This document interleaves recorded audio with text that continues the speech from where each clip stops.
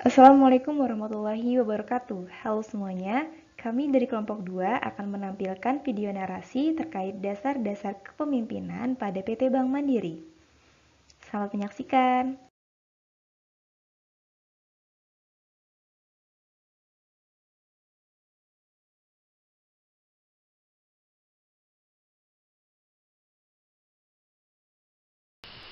Baiklah, di sini kita akan membahas tentang definisi pemimpin.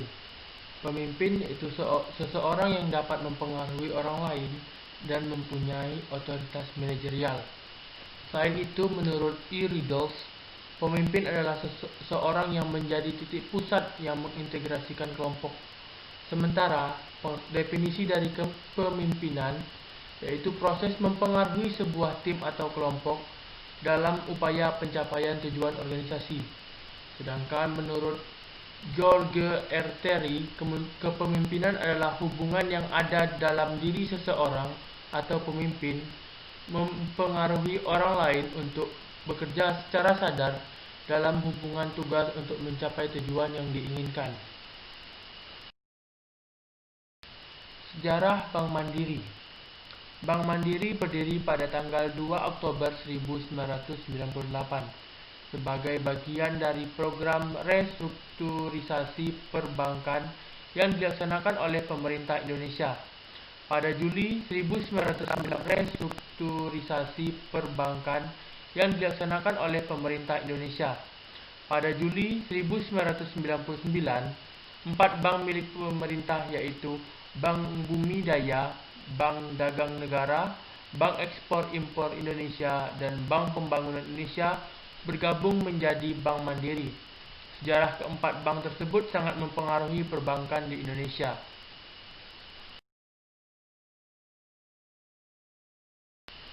Pemimpin pada saat ini Bank Mandiri, yaitu Direktur Utama Bank Mandiri adalah Bapak Darmawan Junaidi, yang dipilih pada Rapat Umum Pemegang Saham Luar Biasa atau RUPSLB pada 21 Oktober 2020. Bentuk kepemimpinan Bank Mandiri itu sendiri yaitu strategi yang dilakukan Bank Mandiri dengan menjaga SDM yang bekerja adalah SDM yang unggul dan menjadikan tujuan mereka menjadi 3 bank dengan market capitalization terbesar di Asia. Dengan SDM yang unggul, sangat penting agar bisa bersaing dengan bank asing dan bankir asing, serta menjunjung tinggi nilai kejujuran. Maka dari itu, Bank Mandiri menerapkan sistem rekrutmen yang sangat baik agar terdapatnya seleksi untuk pegawai serta kepemimpinan yang baik dalam bank itu sendiri. Pencapaian Bank Mandiri saat ini yaitu Bank Mandiri sekarang menjadi bank terbaik dalam pelayanan selama 4 tahun berturut-turut dan menjadi perusahaan yang paling terpercaya di Indonesia untuk Good Corporate Governance selama 5 tahun berturut-turut. Setelah memenuhi berbagai persyaratan dari Bank Indonesia, Bank Mandiri kini berhak untuk menyandang titel sebagai bank internasional yang telah beroperasi di sektor perbankan regional dan siap menjadi bank panutan di Indonesia.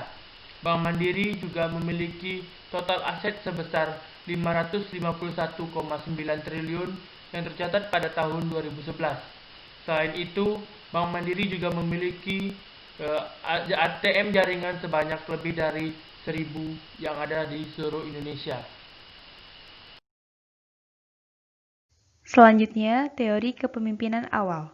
Teori kepemimpinan awal berfokus pada pemimpin, yaitu terkait dengan teori karakter pemimpin atau biasa dijelaskan tentang leadership trait theories dan bagaimana pemimpin berinteraksi dengan anggotanya, atau terkait dengan teori perilaku pemimpin, leadership behavior theories. Teori karakteristik kepemimpinan merupakan salah satu teori yang berfokus pada karakteristik seseorang sehingga mampu dibedakan mana yang pemimpin dan mana yang bukan pemimpin. Ada beberapa ciri kepemimpinan yang dianggap berhasil. Yang pertama, pemimpin tersebut mampu mengarahkan anggotanya. Lalu kedua, memiliki kehendak memimpin. Ketiga, kejujuran dan integritas. lalu kemudian mampu meningkatkan kepercayaan dirinya, memiliki kecerdasan, memiliki pengetahuan yang relevan dengan pekerjaan, dan ekstraversi. Lalu berikutnya, teori perilaku kepemimpinan merupakan teori-teori kepemimpinan yang mengenali perilaku yang membedakan pemimpin yang efektif dan yang tidak efektif. Teori perilaku kepemimpinan. Pada teori ini menghasilkan beberapa studi yang merupakan hasil dari penelitian beberapa pakar. Yang pertama adalah studi Universitas Iowa. Pada studi ini, kepemimpinan memainkan 3 style. Yang pertama adalah style autokratik, artinya pemimpin yang otoriter, bertindak sangat direktif, selalu memberikan pengarahan, dan tidak memberikan kesempatan untuk timbulnya partisipasi. Lalu yang kedua adalah style demokratis. Pemimpin yang demokratis mendorong kelompok diskusi dan pembuat keputusan, dan kepemimpinan ini mencoba untuk bersikap objektif dalam pemberian pujian. Lalu yang ketiga adalah style laissez-faire, di mana pada gaya kepemimpinan ini memberikan kebebasan yang mutlak pada kelompok. Lalu yang kedua adalah studi Ohio State.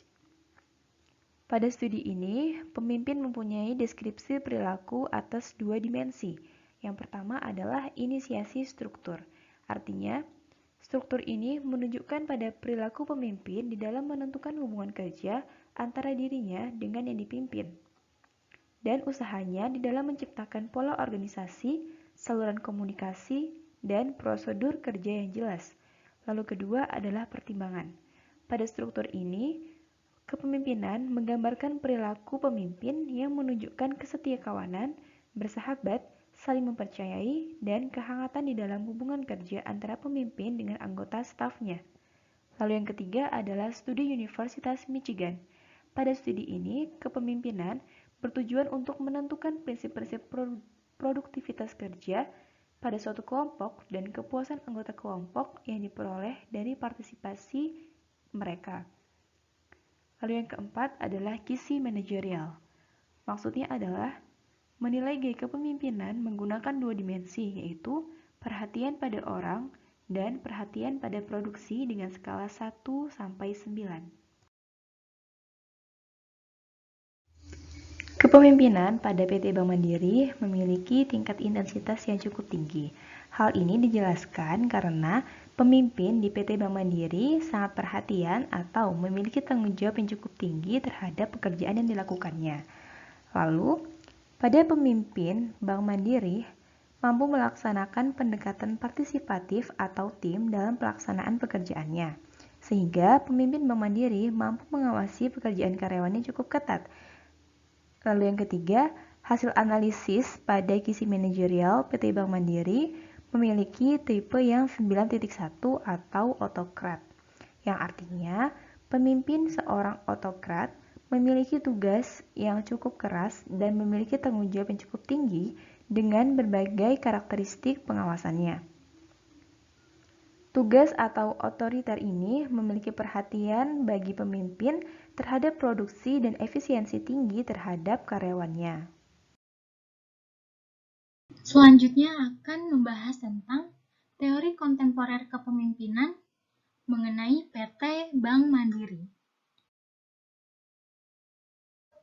Pendekatan kontemporer di bidang kepemimpinan mencakup leader-member exchange, kepemimpinan transformasional transaksional, kepemimpinan karismatik visioner, dan kepemimpinan tim. Leader-member exchange yaitu pemimpin yang dihasilkan dari dalam grup memiliki kinerja yang lebih tinggi, lebih sedikit turnover, dan kepuasan kerja yang lebih tinggi. Kepemimpinan transaksional yaitu pemimpin yang memandu atau memotivasi bawahannya ke arah sasaran yang telah ditetapkan dengan menjelaskan peran dan tugas-tugas mereka dan reward atas pencapaiannya. Sedangkan kepemimpinan transformasional yaitu pemimpin yang dapat menstimulasi dan menginspirasi bawahannya untuk mencapai extraordinary outcomes. Kepemimpinan tipe karismatik visioner kepemimpinan karismatik memiliki karakteristik memiliki visi, mampu mengerti mengkalkulasikan visinya, mau mengambil resiko untuk mencapai visinya, dan juga peka terhadap lingkungan dan kebutuhan pengikutnya. Sedangkan kepemimpinan visioner yaitu pemimpin yang menciptakan dan mengartikulasikan visi masa depan yang menarik, realistik, dan kredibel yang memperbaiki situasi saat ini. Yang terakhir ada pendekatan kepemimpinan tim dengan karakteristik memiliki kesabaran untuk berbagi informasi, mau mempercayai orang lain dan memberi kewenangan memahami ketika akan intervensi. Dan tim leader roles ini memiliki peran sebagai coach, conflict manager, pendekatan kontemporer kepemimpinan PT Bank Mandiri, yaitu kepemimpinan karismatik visioner.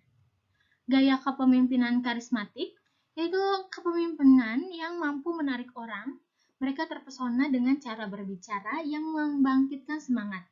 Biasanya pemimpin dengan gaya kepribadian ini visionaris, mereka sangat menyenangi perubahan dan tantangan. Dan sifat pemimpin karismatik ini yaitu memiliki kekuatan yang besar, rasa percaya diri yang tinggi, serta pendirian yang kuat. Sedangkan perilaku pemimpin karismatik yaitu dia selalu menjaga perilakunya di depan para bawahannya agar dirinya terkesan berkompeten di bidangnya dan suka memberikan contoh-contoh perilaku yang baik agar ditiru oleh para bawahannya. Pada PT Bank Mandiri, setiap divisinya itu dipimpin dengan karismatik dan visioner, sehingga karyawan pun sangat segan dan tumbuh motivasi untuk maju. Karena dorongan motivasi dan semangat pendampingan yang diberikan pemimpin-pemimpin di Bank Mandiri. Dengan dasar penting tersebut, maka Bank Mandiri dapat mencapai kesuksesan dan berprestasi. Isu kepemimpinan kontemporer. Kontemporer sendiri memiliki makna modern atau terkini atau saat ini, sehingga isu kepemimpinan kontemporer adalah isu kepemimpinan yang terjadi saat ini. Terdapat beberapa isu-isu kepemimpinan yang dihadapi pada abad ke-21 ini, yaitu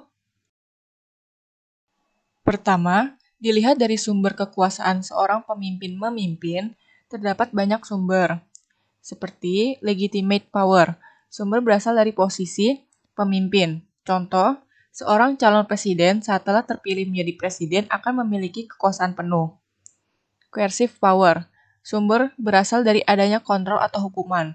Contoh seperti, pemimpin memberikan kebijakan dan menegakkan kebijakan tersebut dengan diadakannya hukuman bagi yang melanggar agar dipatuhi oleh anggotanya. Kemudian, reward power. Sumber berasal dari insentif yang akan diterima. Contoh, pemimpin memberikan hadiah bagi anggotanya yang telah berkontribusi dengan baik atau telah menjadi anggota terbaik. Lalu ada expert power. Sumber berasal dari pengetahuan atau pengalaman. Contoh, pemimpin memengaruhi anggotanya dengan menggunakan keahlian atau pengetahuannya pada suatu bidang. Seperti seorang dokter yang menyarankan untuk melakukan diet atau meminum suatu obat kepada seorang pasien dan pasien menurutinya karena terpengaruhi oleh pengetahuan dan pengalaman dari seorang dokter yang menurut pasien tersebut mampu menyembuhkan. Dan yang terakhir, reference power, yaitu kepemimpinan yang berasal dari referensi atau suatu rujukan. Isu kedua pada kepemimpinan di abad ke-21 ini yaitu mengembangkan kepercayaan. Mengembangkan kepercayaan seperti membangun konsep kepercayaan kepada seorang pemimpin pada karyawan-karyawannya. Terdapat dua hal dalam mengembangkan kepercayaan. Yang pertama, kredibilitas. Pemimpin dinilai bawahannya dari kejujuran, kompetensi, dan kemampuannya memberi inspirasi. Dan yang kedua, konsep kepercayaan, terkait integritas, kompetensi, konsistensi, loyalitas, dan keterbukaan. Isu ketiga yaitu memberdayakan karyawan, seperti isu-isu pada karyawan cepat direspon, keputusan cepat terlegasikan, dan batasan-batasan pun dirumuskan. Isu keempat yaitu kepemimpinan lintas budaya. Karena telah luasnya jaringan perekonomian di seluruh negara yang memiliki rekan atau karyawan dari berbagai macam kebudayaan, maka perlu diberi perhatian khusus kepada isu-isu diskriminasi, rasis, serta lain-lainnya. dan meningkatkan kepedulian terhadap toleransi sesama manusia.